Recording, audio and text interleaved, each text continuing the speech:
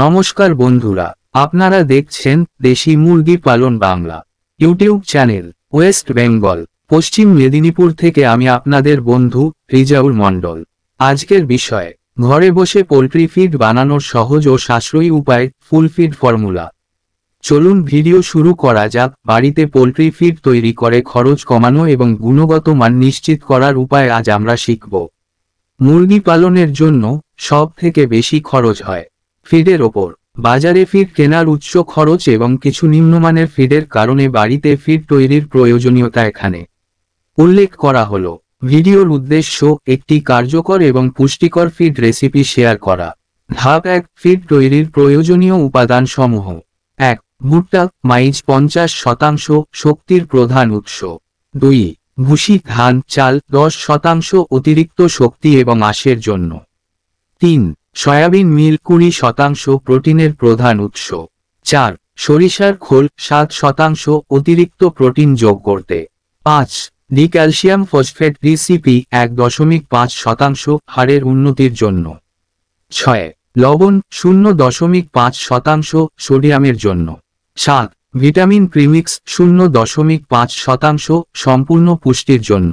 8. চুন, limestone 5% calcium যোগ করতে। 9. তেল, চর্বি 3% এনার্জি বাড়ানোর জন্য। মোট 100%। ধাপ 2, ফিড মিক্সিং প্রসেস। 1. প্রতিটি উপাদান ওজন করে সঠিক অনুপাতে সংগ্রহ করুন। 2.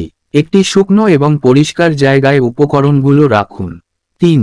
ধাপে ধাপে উপাদানগুলো মিশ্রিত করুন। ভুট্টা প্রথমে, এরপর প্রোটিন ভিত্তিক উপাদান। 4. সবশেষে তেল বা চর্বি যোগ করুন। ধাপ 3, সংরক্ষণের নিয়মাবলী। মিশ্রিত ফিড একটি শুকনো এবং বায়ুরোধী পাত্রে রাখুন। 2 থেকে 3 সপ্তাহের মধ্যে ফিড ব্যবহার করার চেষ্টা করুন। সংরক্ষণের সময় আর্দ্রতা থেকে রক্ষা করুন। ধাপ 4, ব্যবহার ও পরামর্শ।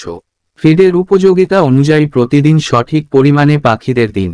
বয়স অনুযায়ী খাবারের পরিমাণ সমন্বয় করুন। উপসংহার, এই প্রক্রিয়া দিয়ে কিভাবে খরচ কমানো যায় এবং পাখিদের স্বাস্থ্য ভালো রাখা যায় তা ব্যাখ্যা করা হয়েছে। যদি ভিডিওটি ভালো লাগে, আপনার কাজে আসে একটি লাইক করবেন, শেয়ার করবেন এবং কমেন্ট করবেন। আপনার কোন প্রশ্ন থাকলে আপনি তা শেয়ার করতে পারেন।